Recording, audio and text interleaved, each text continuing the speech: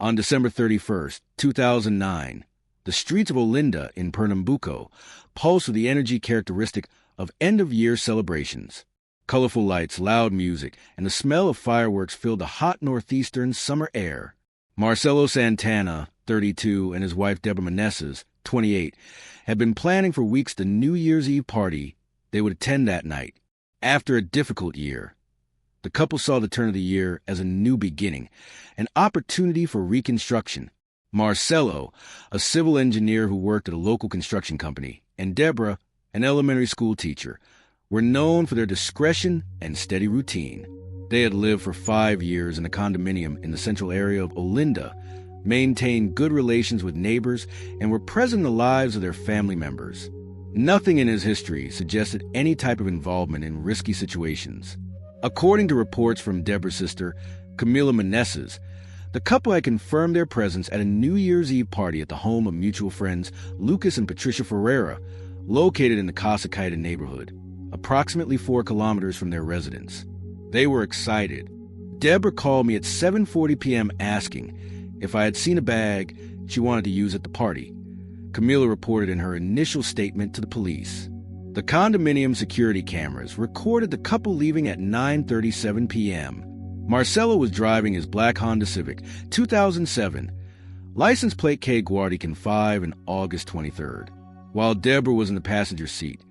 She was wearing a white strapless dress for New Year's celebrations in Brazil, and he was wearing a light blue dress shirt and jeans.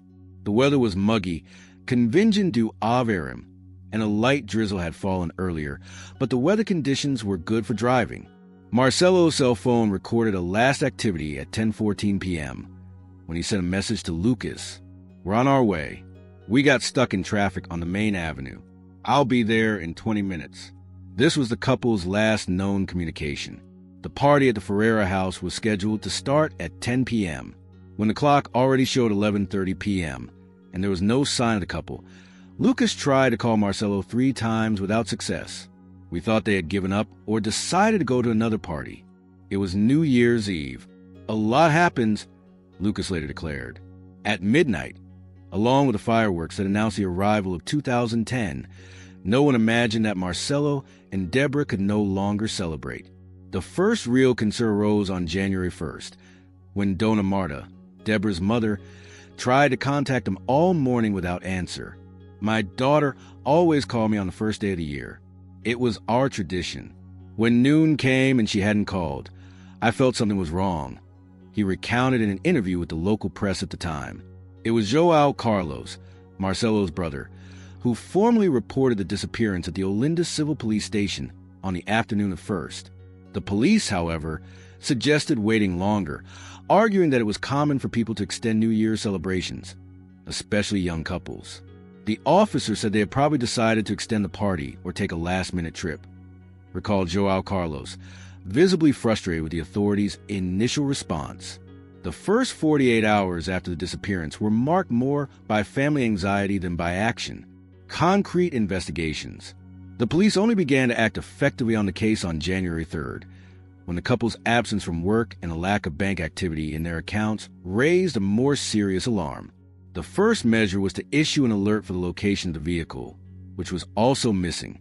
If you want to follow more cases like this that shake up society as a whole and reveal hidden truths, subscribe to the channel so you don't miss any investigation. The official investigation began to gain momentum on January 3rd, 2010, when Chief Inspector Rodrigo Mendonça took over the case. The first investigative actions focused on tracking the route the couple allegedly took on the night of their disappearance. Teams were deployed to collect security camera footage along the route between the condominium, where they lived, and the whitewashed house, where the party was held. We were dealing with a disappearance on a chaotic night, when the whole city was partying. There were very few sober and attentive witnesses, and many security cameras were turned off due to holiday, the chief explained at a press conference. January 5th, the first breakthrough came when footage from a gas station camera on Governor Carlos de Lima Cavalcante Avenue captured the couple's Honda Civic passing by at 8:23 p.m., confirming that they were following the expected route to their friend's house. This was the last visual evidence of the vehicle in motion. At the same time, investigators began combing the couple's lives for any clues that could explain their disappearance. Analysis of bank statements, phone records, and interviews with co-workers, friends, and family members comprised the stage of the investigation. We even hypothesized a planned escape, but everything in their lives indicated normality, reported investigator Felipe Gomez, who was part of the initial team. There were no unusual withdrawals, no searches about moving or travel on their computers, no suspicious conversations on their phones. A week after the disappearance, a piece of information brought a new direction to the investigation. A witness, Severino Almeida, a worker in a mechanic's shop near the couple's route, reported seeing a black Honda Civic being followed by a white Fiat Pal on the night of December 31st, around 10:30 p.m. The two cars entered a dirt road that led to a more isolated area. "I thought it was strange because no one goes that way on party nights," said Severino. The information led police to focus searches on the rural area between the Casa Caída and Rio Doce neighborhoods, a region with several abandoned properties, small farms, and forested areas. Sniffer dogs, drones, and teams on foot were mobilized, but initial searches yielded no results. Meanwhile, analysis of phone calls revealed an intriguing fact. Marcelo had received 3 calls from an unknown number on the afternoon of the 31st, just hours before his disappearance. The number belonged to a prepaid phone, untraceable, and never used again after that day. 2 weeks after the disappearance, the investigation seemed to stall. The case began to receive national media coverage, increasing pressure on local authorities. Television programs such as Linha Dorida and Brazil Urgent dedicated segments to the mystery of the Olinda couple, and social media campaigns asking for information about the whereabouts of Marcelo and Deborah mobilized thousands of people. It was at this point that a false lead almost completely diverted the course of the investigation. On January 17th, a woman from Caruaru, a city 130 kilometers from Olinda, contacted the police, claiming to have seen the couple in a local supermarket. The lady was convinced it was them. We had to send teams to Caruaru only to discover that it was a couple with similar appearance, lamented Delegate Mendonça. Other false leads emerged in the following weeks. Sightings in Maceió, João Pessoa, and even in the interior of Sao Paulo. All were checked and discarded, consuming valuable resources and precious time. One of the biggest obstacles faced by the investigation was the absence of the vehicle. Without the car, it became much more difficult to establish what had happened to the couple. Searches in scrapyards, clandestine workshops, and even ports, considering the possibility that the vehicle had been exported illegally, yielded no results. In late January, a new line of investigation emerged when police discovered that Marcelo had witnessed an environmental crime 6 months before his disappearance. As an engineer, he had reported illegal construction in a conservation area, which resulted in a heavy fine for a local construction company. This information raised the possibility that the disappearance was motivated by revenge, explained prosecutor Ricardo Barros, who was following the case. February arrived, and with it the growing frustration of families. Public demonstrations were organized calling for speedy investigations. Deborah's mother, Dona Marta, became an informal spokesperson for the families, appearing frequently in the local media. "We cannot accept that 2 young people disappear like that, without leaving a trace. Does anyone know something and need to speak up?" he declared at one of the demonstrations that drew around 200 people in front of Olinda City Hall. The first major breakthrough in the investigation came on March 15, 2010, almost 2.5 months after the disappearance, when a fisherman found a woman's purse stuck in the roots of a mangrove swamp in the Beberibe River region, on the border between Olinda and Recife. The purse, partially damaged by the water, contained Deborah's personal documents and a pendant with her initials, confirming that it belonged to the missing woman. "It was the first physical indication we had that something serious had happened," reported Chief Mendonça. The bag was in an area that would not naturally be reached by the tide, suggesting it had been dropped there intentionally. The discovery prompted a wide-ranging search operation along the banks and bed of the Beberibe River. For 3 days, divers from the military police and fire department searched the murky waters in search of more evidence or the couple's bodies. Although the vehicle was not found, items of clothing were recovered about 800 meters from where the bag had been found. Laboratory analysis confirmed that one of the fabrics found matched the material of the white dress Deborah was wearing on the night she disappeared, as described by her family. Even more significant was the presence of blood stains on one of the fabric fragments. DNA tests later confirmed that the blood belonged to Marcelo. This evidence has led us to officially reclassify the case from disappearance to homicide, the police chief announced at a press conference on March 22nd. We are now working with the certainty that Marcelo and Deborah were victims of a violent crime on New Year's Eve. The revelation of blood on the clothes found caused public outcry and mobilized even more resources for the investigation. The Homicide and Personal Protection Department, DHPP, took over the case, bringing in more advanced technologies and experts in complex crimes. One of the new investigators, Mateus Cavalcante, a data analysis specialist, identified a relevant pattern when cross-referencing information from cell towers. We discovered that Marcelo's cell phone, even after the last message sent, continued to connect to moving towers, following a route that moved away from the party and towards the rural area of Paulista, a neighboring municipality, explained Cavalcante. This information led the police to focus searches on the region indicated by the cell phone tracking. It was at this moment that the testimony of Severino, the mechanic who had seen the cars entering the dirt road, gained new relevance. The search areas have been redefined, focusing specifically on rural properties and abandoned farms on the border between Olinda and Paulista. On April 5th, after almost a week of intensive searching, a crucial discovery was made. The couple's Honda Civic was found inside an abandoned warehouse on a former sugarcane farm. The vehicle was covered with tarps and partially disassembled, with the license plates removed and the interior cleaned with chemicals to eliminate traces. Even with the attempt to erase evidence, our experts were able to recover blood samples under the car's carpet and identify impact marks on the rear bodywork consistent with a deliberate collision, explained Amanda Cavalcante, a forensic expert. The investigation gained new momentum when the warehouse's owners were identified. The property belonged to a shell company registered in the name of Paulo Roberto Mendez, a former employee of the construction company, who had been fined after Marcelo filed a complaint months earlier. This was the first concrete link between the disappearance and the environmental complaint. Leave a comment. Never give up on the truth if you believe that all missing people deserve to be found. The most shocking revelation, however, was yet to come. On April 12th, during a detailed inspection of property where the car was found, investigators noticed a concrete structure partially covered by vegetation approximately 300 meters from the warehouse. It was an old cistern used when the property operated as a productive farm. Something about the arrangement of the vegetation around the cistern seemed unnatural, reported the sergeant, Edmilson Souza, who participated in the search. There were signs that the surrounding earth had been stirred and then carefully put back together. Using a drone with a thermal camera, investigators found anomalies in the cistern structure, suggesting the presence of something inside. The following day, April 13, 2010, a specialized team from the fire department was mobilized to open and inspect the inside of the cistern. What they found confirmed the worst-case scenario. 2 bodies in an advanced state of decomposition were at the bottom of the structure, partially submerged in stagnant water.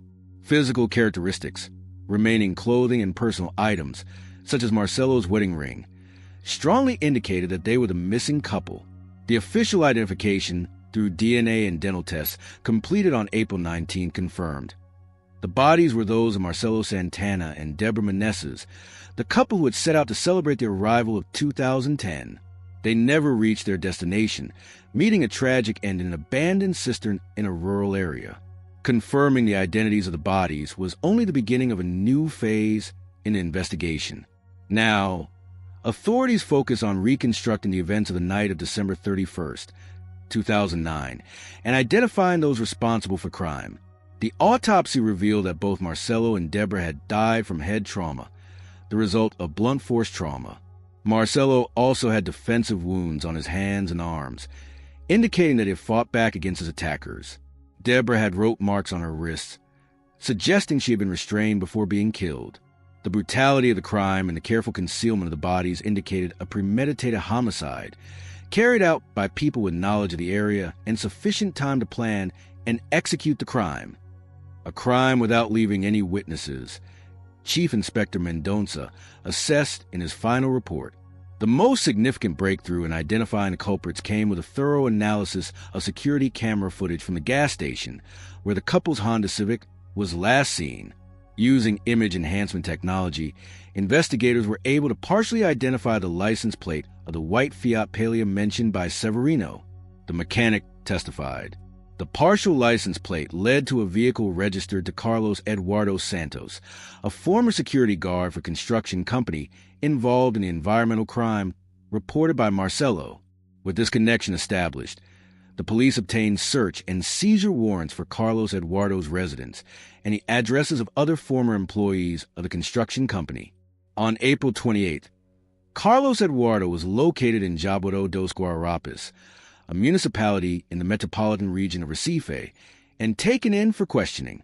He initially denied any involvement, but when confronted with evidence from a vehicle and phone records that placed him near the area on the night of the crime, he decided to cooperate in exchange for a reduced sentence. His testimony revealed a plan. Meticulous. According to Carlos, he had been hired by Roberto Alves, director of the construction company fined after Marcelo's complaint, to scare the engineer. The initial plan was to intercept Marcelo in an isolated location, beat him up, and make it clear that he should stop causing problems for the construction company, Carlos said in his testimony. However, the plan got out of control when Marcelo reacted when he was approached on the dirt road. He braked sharply when he realized we were following him. When we tried to force him to stop, he accelerated and tried to escape. We rear-ended his car, causing him to lose control and crash into a tree. Carlos continued. What was supposed to be intimidation turned into homicide when Marcelo, upon getting out his car to confront the attackers, was struck with an iron bar by Juliano Ferreira, another former employee of the construction company who participated in the action. Deborah, in panic, tried to escape, but was captured, gagged, and taken along with Marcelo, seriously injured, to the abandoned property. Roberto was present and panicked when he saw that Marcelo was badly injured. He said we couldn't leave any witnesses and ordered us to resolve the problem definitively. Carlos confessed, directly implicating construction company director in ordering the murders. The three men, Carlos Eduardo, Juliano Ferreira, and Roberto Alves, were formally indicted for aggravated homicide, concealment of a corpse, criminal conspiracy, and obstruction of justice. A fourth person involved, Fernando Melo, who had helped dismantle and hide the car, was indicted as an accomplice. The trial, which began in November 2010, became one of the most closely watched in the recent history of the Pernambuco judiciary. The brutality of the crime, the careful concealment plan, and the motive, retaliation for a legitimate environmental complaint, shocked public opinion. On March 15, 2011, exactly 1 year after the discovery of Deborah's bag, which had reignited the investigations, the juge, Roberto Alves, considered the mastermind, received the harshest sentence. 42 years in prison for double qualified homicide, without the right to appeal while free. The others received sentences of between 28 and 36 years. For the families, the conviction brought some comfort, but it did not fill the void left by the loss. Justice was served, but nothing will bring my daughter back, Marta declared after the trial. At least now we know what happened and can give our children a dignified rest. The case had significant consequences for the region. The Pernambuco Civil Police created a specialized unit for environmental crimes, recognizing the growing violence against whistleblowers and inspectors. The construction company involved had its license revoked and faced a series of civil lawsuits filed by victims' families and environmental organizations. In 2013, the area where the bodies were found was transformed into an environmental memorial managed by local UNs, symbolizing the victory of preservation over greed and honoring the involuntary sacrifice of Marcelo and Deborah.